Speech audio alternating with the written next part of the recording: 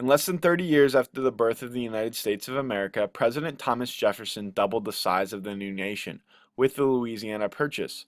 This territory included all or part of 14 current states, stretching from the Mississippi River to just beyond the Rocky Mountains.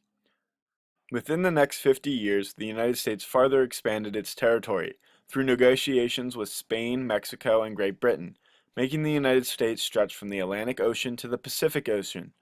New land meant new opportunities. Americans by the droves began moving westward for adventure, for riches, and for a fresh start, and for faith. Whatever the reasons, Americans genuinely believed it was their God-given right and responsibility to bring religion and the American culture to the current uncivilized inhabitants of the lands. The manifest destiny was the term used for the belief held by many during the 19th century that the United States not only could, but was destined to stretch from coast to coast.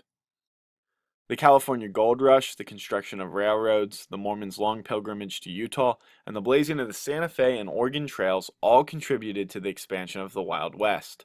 Miners, prospectors, developers, and pioneers settled in the lands between the Mississippi River and California. They came by wagon, train, and often went as far as they could.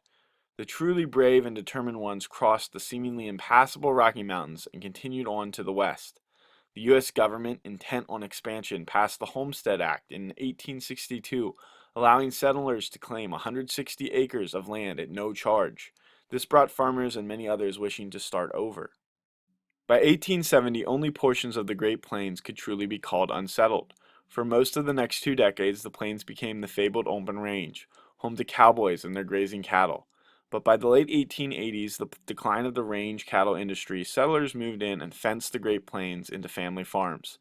That settlement and the wild rush of pioneers into Oklahoma Indian Territory constituted the last chapter of the westward movement. By the early 1890s, a frontier had ceased to exist within the 48 continental states.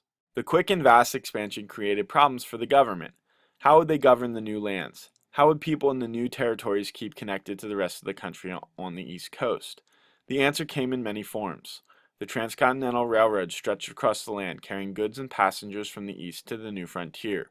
Telegraph wires strung from pole to pole, spanning the newly charted territories, bringing messages to and from family members and friends.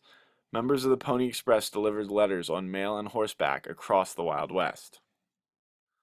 Westward expansion had serious consequences for Native Americans, since continental expansion implicitly meant the occupation and annexation of their lands. The natives were pushed farther west and onto reservations. They were encouraged to sell their vast tribal lands and become civilized, which meant they should abandon hunting and become farmers, discontinue nomadic lifestyles, become educated in the white ways, and abandon their savage ceremonies and practices.